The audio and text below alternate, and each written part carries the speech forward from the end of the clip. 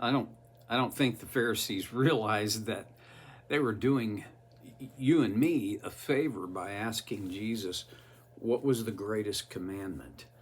Uh, Jesus' reply, of course, we talked about it last time, in Matthew 22, starting in verse 37. Love the Lord your God with all your heart and with all your soul and with all your mind. This is the first and greatest commandment, and the second is like it. Love your neighbor as yourself. All the law and prophets hang on these two commandments. Well, the I want to talk about the second greatest commandment today. Love your neighbor as yourself. Well, we live in a culture that is self-absorbed. I think there are I mean, you don't have to go very far on the internet, at the bookstore, if you ever frequent one of those antiquated places,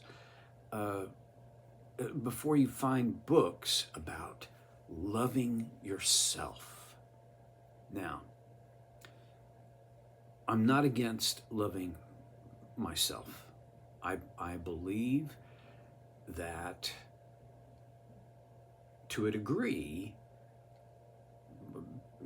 healthy people, mentally, emotionally, spiritually, even physically healthy people, love themselves. This self-love is valid, but it's delicate because it takes hardly anything to move beyond the valid self-love into self-absorption. And I think our culture has taken that step, but we're far across that line. I believe God put within all humans the desire to survive. Psychologically, it's called the survival instinct. Yeah, that's that's good. It can be pushed beyond its usefulness, but this innate desire to continue to live is a good thing. And in some ways, I think self-love is deeply connected to this survival instinct and should be. But it goes beyond just the instinct to survive. We also have what I think is an innate desire to survive in such a way that we can flourish. I say that, and then I think about people who live in a culture, in a country that is being oppressed by a tyrant. For many of those people, it is not so much the desire to flourish, it's just the desire to survive. But there was a guy back in World War II who was a Jew. He was a Jewish psychoanalyst and was imprisoned with the rest of the Jews. He lived in Vienna, and Vienna was swept by the Nazis, and the Jews were taken, stuffed into cattle cars on a train and sent to concentration camps. Viktor Frankl was his name. In that concentration camp, his parents died, his fiancée died. He survived. he called on his experience there and wrote a very significant book, Man's Search for Meaning. He discovered that even in the most oppressive environment, and I don't believe there will ever be a more oppressive environment than the death camps of Nazi Germany. And the horrors are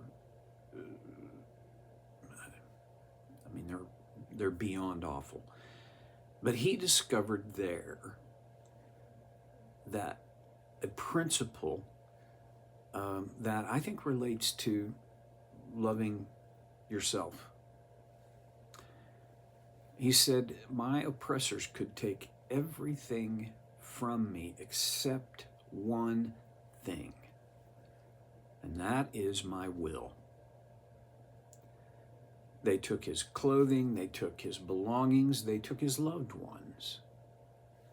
And they could have taken his life, but they didn't. And his will remained intact. And his will was to help the people around him. Well, read the book if you have an interest in that. I'll just tell you, it's a great book and well worth the time to read. When we nurture the part of us that stewards our will, in my opinion, that's the best of all self-loves. Here's the thing, though. Well, let me back up. Psychologists and physicians, talk show hosts, podcasters, it's everywhere. The idea is, man, you gotta love yourself. And there is a sense, and I've said it, that this is absolutely true.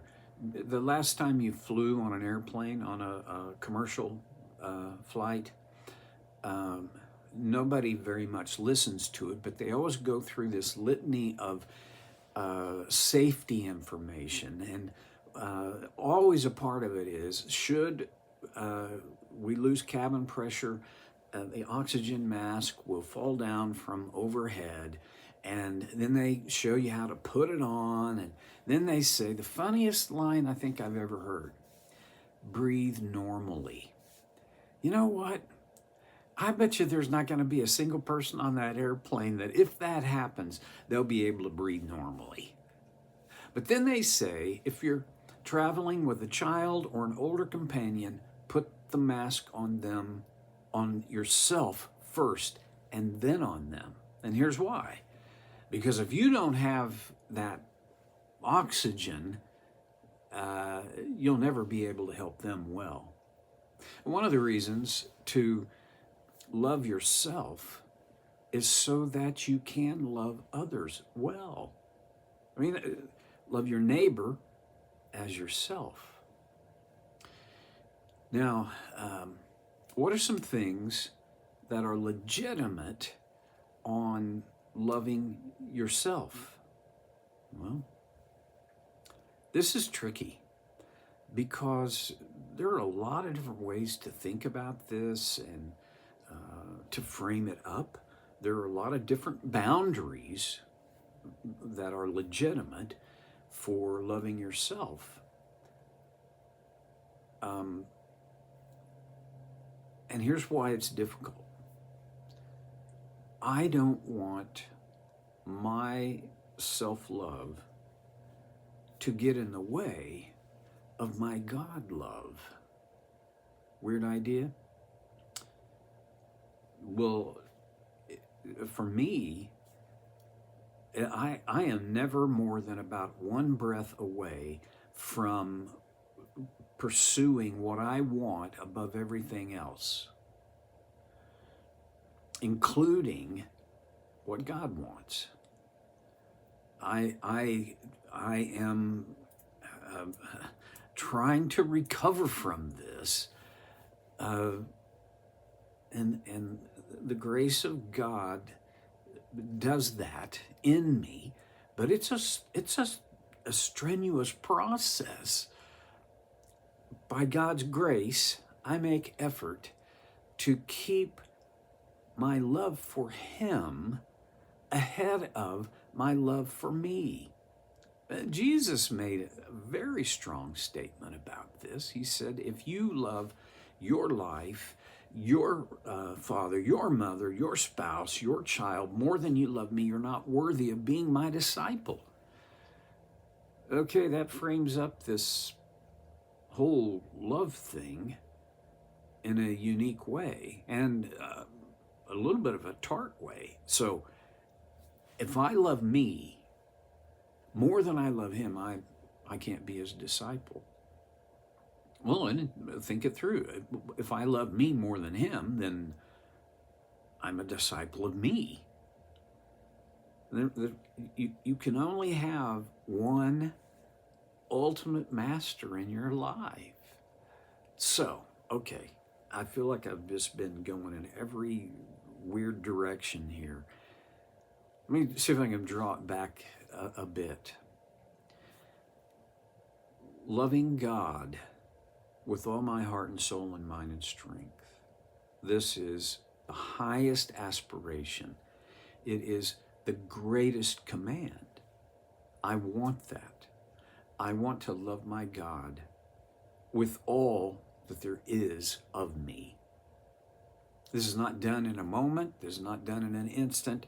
This is a process that continues, and I believe will continue throughout my entire life until I close my eyes for the last time and wake up in the arms of Jesus. Until then, my task is to love God above everyone and everything else. But I have to love myself if I'm going to be able to love my neighbor. That's an aspect of love your neighbor as you love yourself. There's this correlation between if I don't love me, it's very difficult for me to love others. There are a lot of Christians who and for a reason that is legitimate, they don't, like myself, they don't want to love themselves more than God. Yes, but they have failed. They never been, a lot of us never were assisted to accept and love ourselves so that we could accept and love others. There's a little bit of a corollary here that's worth a brief look. Is it hard for me to love my neighbor? And Jesus is going to tell another story that helps us understand who my neighbor is. But whomever my neighbor is, if I find myself unable to love my neighbor, the most likely cause of that is that I have not been able to love me, to accept me as I am, warts and all, but also with my potential, with the things that God can and will do in my life, to accept myself as redeemed by Him, loved by Him, He chose me. He knew everything about me, and He still chose me. And He's nuts about me. It's not like He just, okay, last person, I'll take him. Yeah.